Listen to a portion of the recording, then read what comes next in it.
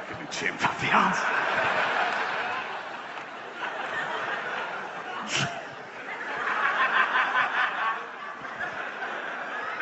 No way.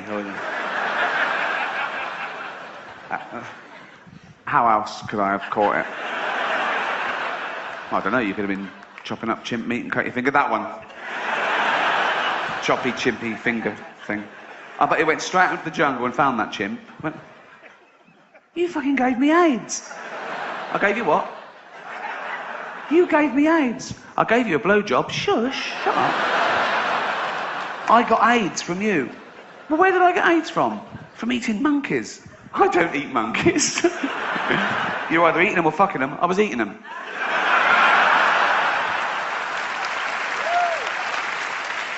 But the greatest thing I learned when working for the AIDS charity was that this is the best leaflet in the world. Okay? This is a real flyer that came round, issued by the Terence Higgins Trust. Okay? It came round the university I worked at in about 1989. Okay? And it was aimed at the last demographic of gay men who still weren't taking precautions. They treated HIV like an occupational hazard, and they were militant against the disease, but they wouldn't take precautions. So it's aimed at that last tiny demographic, so it's very hard hitting. The front cover is a bunch of bananas with the word fuck. I don't know why, And it's basically a 10-point plan of health advice to not contract HIV. And this is the title of this flyer. You know it's going to be good when this is the title. Okay? Ready? You know, you don't always have to have anal sex. It's good to know, isn't it? Think of an old couple in a doctor's waiting room. Just looking through Reader's Digest, and she goes, oh, what's this? Oh. You know, you don't always have to have anal sex. See, I fucking told you. Okay, and it's basically 10 suggestions of alternatives to that little act. Okay? I'll just read some to you. Number 1. Okay, this is real. Okay. Number 1. Why not? Always starts the same. Why not? Okay. It's a soft sell. They're not pushing it on you, but... Okay. Number 1. Why not just jack each other off? Look at that. I've got the new flyer, Larry. What does it say? Well, let's have a look, shall we? Let's do one now. Okay. No more up the arse for us. Number 1. Why not just jack each other off? All right. Oh.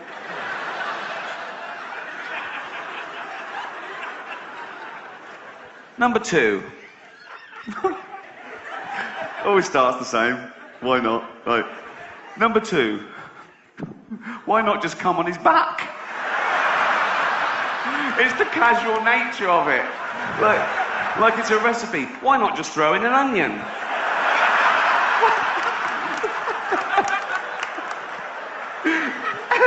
Imagine going to the doctor. Hi, doctor, I'm a gay man. I'm in a relationship, but I'm worried about the threat of HIV. Is there anything I can do? Just come on his back.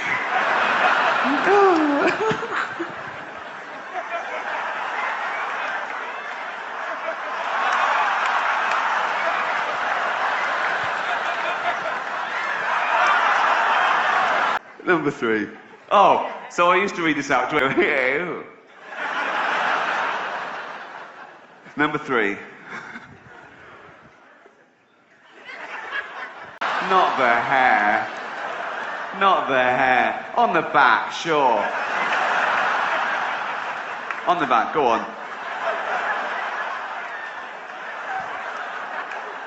On the back, go on the back. Where are you fucking aiming that? No. Not on the hair, no, there. There. I don't trust you, I'll put on a shower cap.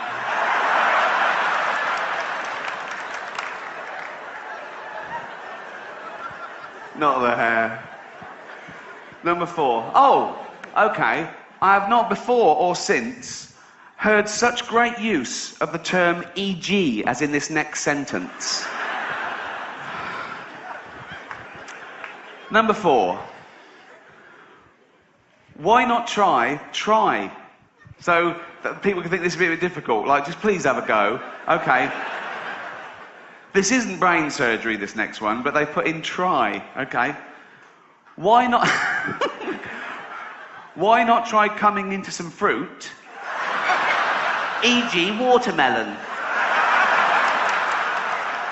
Like, they put that out without that bit. People were going, well, what fruit? Oh, not a pineapple. Fucking hell. Oh, fucking hell. Oh, what fruit? Just to be, need to be specific. We thought arses were all right. They're not. What fruit? Watermelon. Thank you.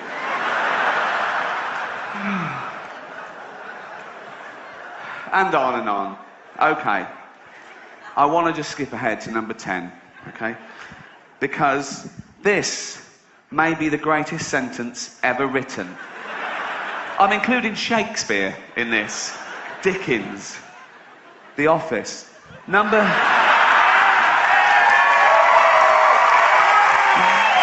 Thank you. Are you ready for this? Number 10, okay? Now, I think the bloke writing these was struggling by now. I think he'd gone into his boss and said, I've done it, I've come up with 9. The boss went, oh, we need 10. Really? Yeah, we need 10. I've got 9. We need 10, really. I'm coming in hair and fruit and everything. I mean, it's... We need 10, we need 2 rows of 5. We need 2 rows of 5, definitely. It's the symmetry I like. Just come up with another one. You've got half an hour. We go to print. You've got... So he went back in and he came up with number 10 at 1 minute to 6, I think. Okay. Number 10.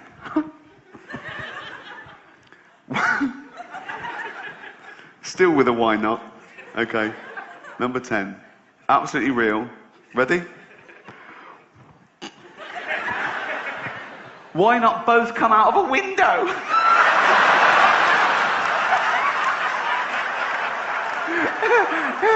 It doesn't even say if it's a first floor window.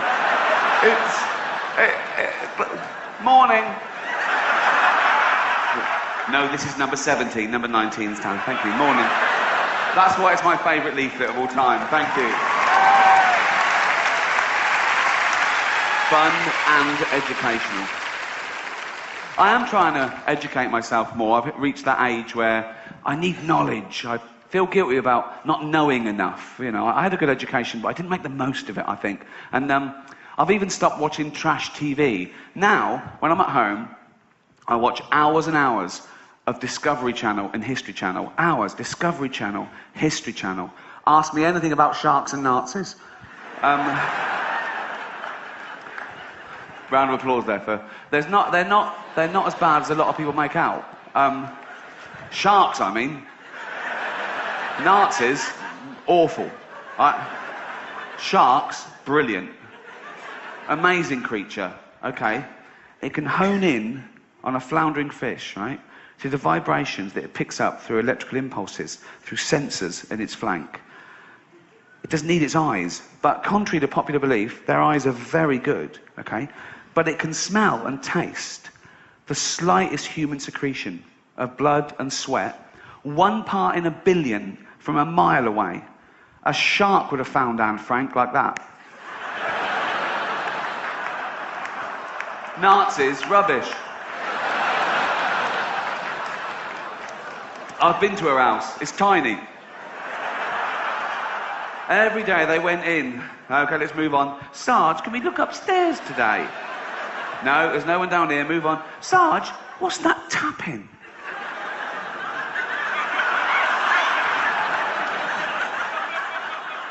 She had time to write a book, for Christ's sake. Well, it ends a bit abruptly and no sequel. Lazy. No, but... Not a traditional subject for comedy, the old Holocaust.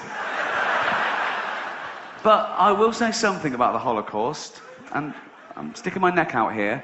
But in my opinion, I blame Adolf Hitler. He was the ringleader. Old Adolf. That name's died out, hasn't it? He killed that dead, didn't he? No one's calling their kid Adolf nowadays. No little Adolfs going to school. Loads of Brads and Angelinas, but no... Look, you don't hear the teacher doing the register. Brad here, Angelina here, Adolf here. I do that quick so no one can take a picture of me doing that. No, but people make excuses for him. People say, oh, he was stupid, he was easily influenced by the political... Think of that. You're a great scholar, you've done this work, and you get a call from the Führer. And the Führer goes, all right, Nietzsche. He goes, yeah, good, what do you want? He goes, just read your book. Love all that, man and Superman, not everyone's equal, kill all the Jews. Sorry? I didn't mean that. That's... You haven't been killing Jewish people, have you? What?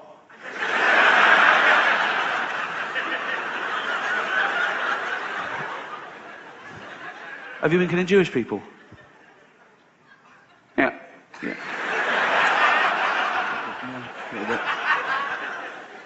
A few.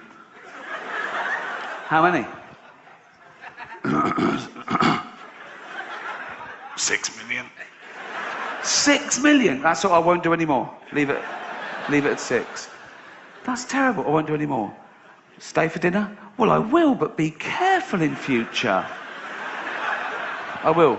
Are you writing any other books? Well, I am, but I'm scared to tell you about it. I won't do anything. What's your new book called? My new book is called The Gypsies. Do we need them, Mum? Cheers.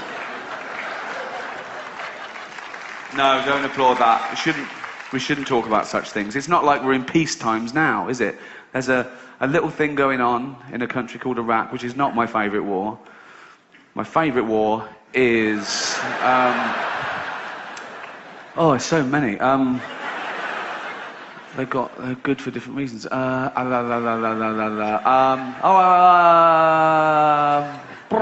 Falklands. That's probably the Falklands, because we won that one, and it was great. It was against Argentina. Yeah, weird.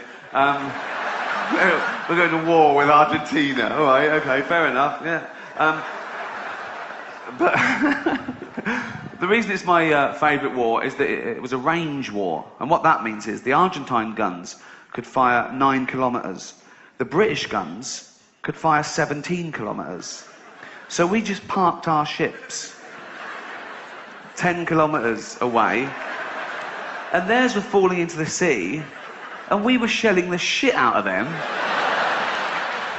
It's the war equivalent of holding a midget at arm's length. And he's flayed it, and you're just kicking him in the bollocks like that.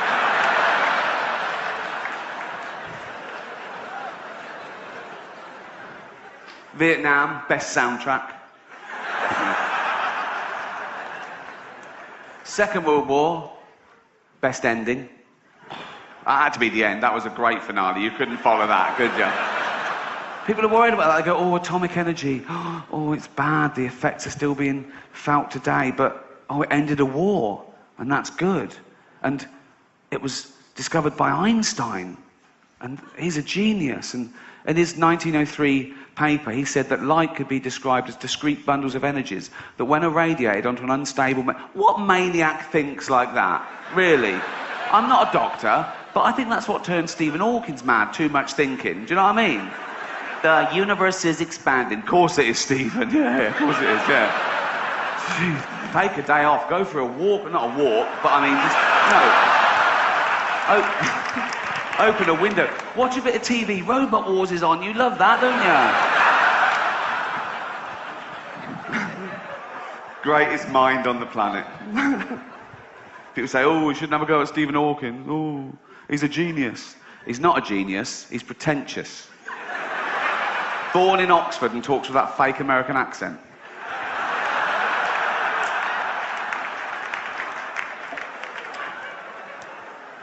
He is actually a hero of mine. Not my greatest hero. My greatest hero is Nelson Mandela. What a man, isn't he? He's an incredible man. Incarcerated for 25 years. He was released in 1990. He's been out about 18 years now, and he hasn't reoffended. I think he's going straight, which shows you prison does work.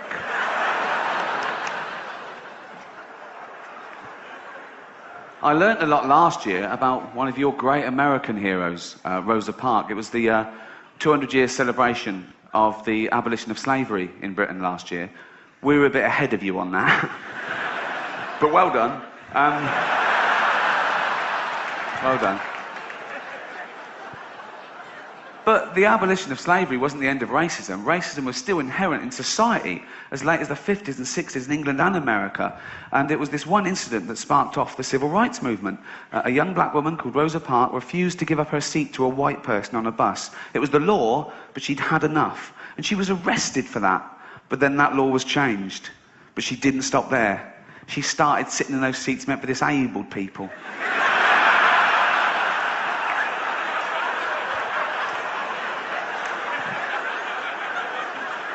She talked to the driver when the bus was in motion.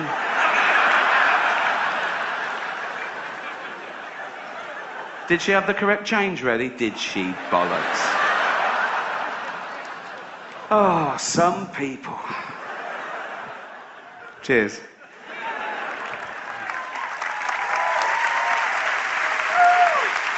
I'm not a political comedian.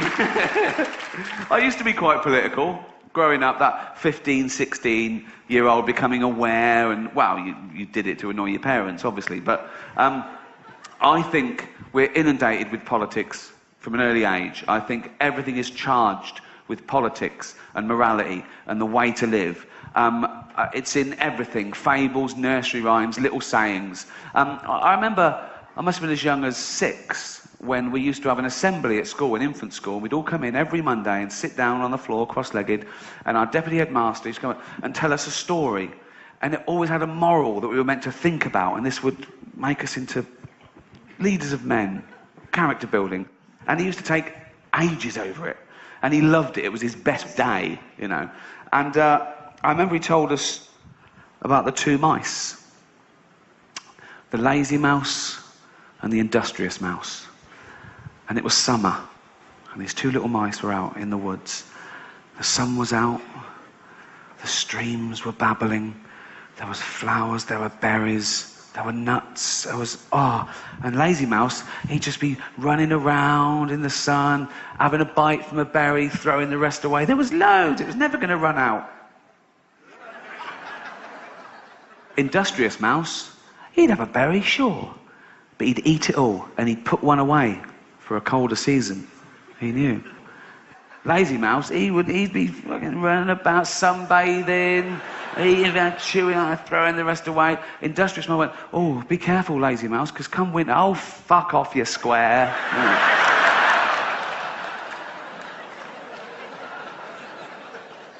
The fall comes, same sort of pattern. The last of the berries, he's chewing there, throwing the rest away. He's just like chilling out. He's kicking through the leaves. You can't see him. If you saw the leaves moving, he'd be under the leaves, basically. You'd go, what's that? It's Lazy Mouse underneath the leaf. If you could go under there, like the Discovery Channel, you'd see Lazy Mouse going, fuck it.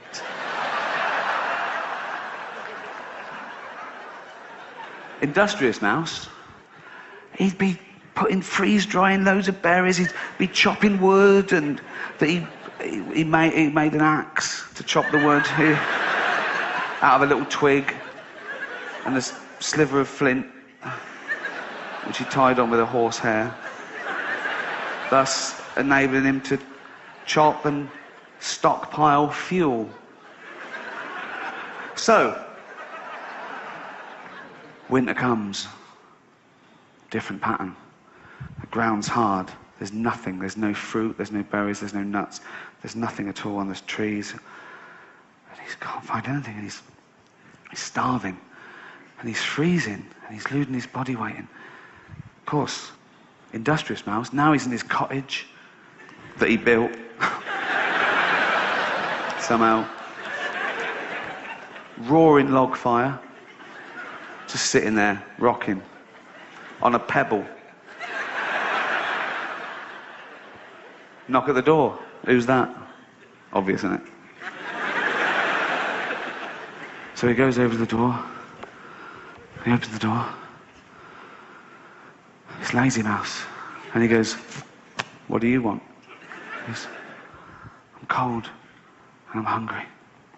I can't find any food and I think I'm going to die." And he goes, "Well, I did warn you, didn't I?" And he goes, "Yeah." He goes, "Never mind. Come in here and share with me." Where's the moral there? Fuck around, do what you want, and then scrounge up a do-gooder. That's a terrible moral for children, isn't it? Awful. He told us the one about the boy who cried wolf. Have you heard that? Well, I'm going to tell you again. Boy, in the Bible, I don't know, I haven't got a specific year, have I? Right? Boy, looking after the sheep for the villagers. That's his job. Look after those sheep, boy. You go, all right, yeah. But he gets a bit bored. Probably gets a bit sleepy if he's counting them. Right? And he thinks, "Oh, I'll have a laugh here." He goes, "Wolf, wolf." And the villagers come up and they go, "Where's the wolf?" He goes, "There's no wolf." They go, "Oh, you go." So next day, he gets bored again. He thinks, that worked a treat. He's got very little imagination. He goes, "I'll do that again." Okay? So he goes, "Wolf, wolf. Where's the wolf?" "There's no wolf." "Oh, you can't." So the next day, he's sitting there. There really is a wolf. And the wolf comes up and he goes, "Wolf, wolf, wolf, wolf." But the villagers don't come. And the wolf eats all the sheep. And we were told the moral of that is never tell a lie. No, it isn't. The moral of that is never tell the same lie twice. Again, a terrible moral for children. Nursery rhymes. Jack and Jill went up the hill to fetch a pail of water. Jack fell down and broke his crown, which I later learned meant his cranium. I thought his hat fell off. And Jill came tumbling after. And that's a true fable of 16th century lovers who used to go up to the well behind the prying eyes of the villagers and their spouses and have it away. And what's the moral there, though? Don't fuck around with sluts or you get your head caved in. How is that applicable to 5-year-olds? I have never worked out the moral to Humpty Dumpty. Humpty Dumpty sat on a wall. Humpty Dumpty had a great fall. All the king's horses and all the king's men couldn't put Humpty together again. All I can think is, don't sit on a wall if you're an egg. But again, how is that applicable to a 5-year-old human? I mean, you tell that to a group of 5, they go, "So don't sit on a wall if you're an egg." I go, "Well, what do you mean if I'm an egg? I'm not an egg." It doesn't make sense. If I'm none of us are eggs. If there was an egg there, it wouldn't make sense. Can you go to the egg, "Don't sit on a wall"? You go, "I'm an egg, I can't eat, I've got nothing. I've got no ears, no eyes, I don't know what the fuck." What? Don't sit on a wall. I can't fucking hear, I've got nothing. I'm in nothingness. I can't fucking climb walls for a start, so...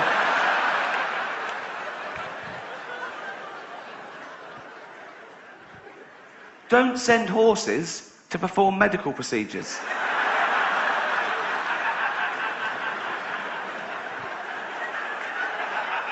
Of course they couldn't put him together again. They've got no dexterity whatsoever. They can't sew to save their life. They've got no thumbs, let alone opposable thumbs. Don't send a horse. It's delicate. An egg? We've got a cracked egg. Should we send a horse? Definitely not. Have you got a doctor or someone who works for Fabergé? Don't.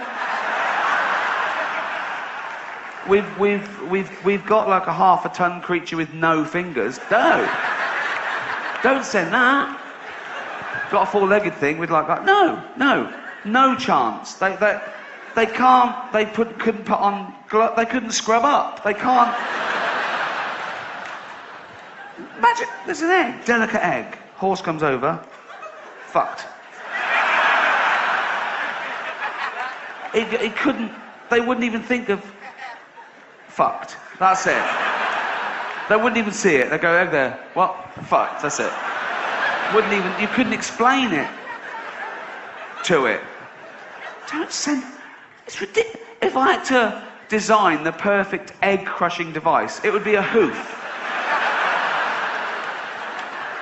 I need this. As a cracked egg, I need it crushing completely. Hoof.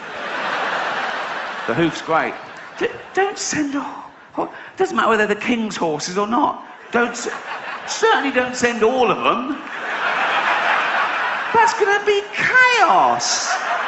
If there was one horse with a little bit of nous, he did like 1 year before he got kicked out of Harvard. I know the rudimentaries. They all fuck it. Oh, for fuck's sake. No lads, don't. Oh, they're fucking all over it. Fucked. It's definitely fucked now.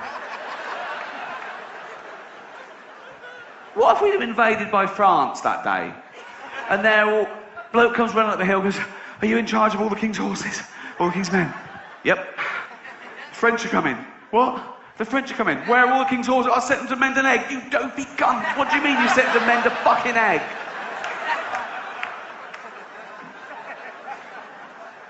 Oh.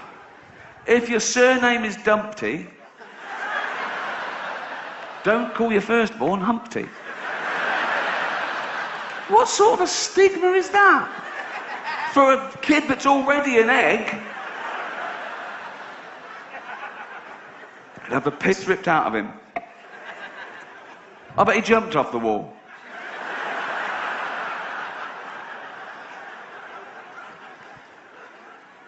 But I don't think you learn things from that. I don't think you learn things like that sneaky way through things like that, teachers and parents. I think your formative years are your peers. That's what you want to be like when you're in adolescence. You want to be like, you know, the cool boy or the older boy. And luckily I went to a school where all the other boys were idiots. And one in particular was amazing. He was called David Beasley, and I don't know the politically correct term, but he was a fucking moron. I actually based Gareth from The Office on him, and that's true. So you can imagine, yeah, exactly, he's very much like that. Thank you. And we were about 14, okay? And this is the sort of thing he used to come up with. He used to believe anything that was idiotic, okay? With confidence, apocryphal tales, just things he'd heard. Right, okay, so he came in once, we were about 14, and he said, right, it's amazing, right? When you get captured by cannibals, big problem in Reading, where I come from. He said, when you get captured by cannibals, they show you pornographic pictures, so you get an erection and there's more meat to go round. That would work, wouldn't it? There they are, cooking you in the pot. You're boiling, screaming, going, "Please don't kill me." They go, look at that, go.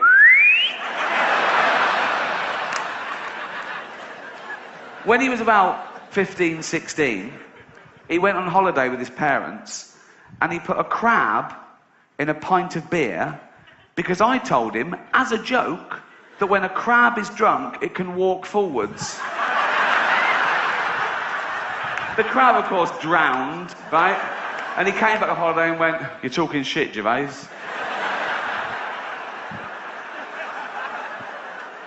Unbelievable. This is what he confessed to us once. I remember we were in biology class, and it was before the lesson, and he came in, and he went, "Oh, I've got to tell you this," right? He didn't.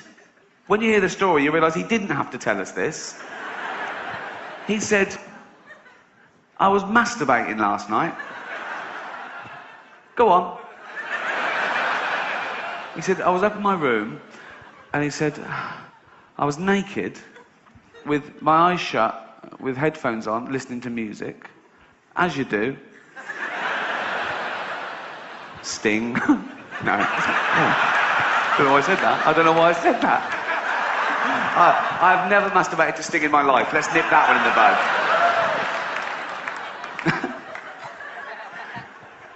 So he's there, naked, eyes shut, listening to music. He said, I finished, he said, and when I opened my eyes, my mum had been in and left me some tea and biscuits. Now, he didn't have to tell us that, did he? Why would he tell me that? But let's think of that scenario. Stairs with a tray, because he loves his tea and biscuits. Oh dear. Well, or I could put these by his bed, and he'd know his mum saw him coming all over himself. Think of that, your mother walking in on you masturbating. The other way round's worse.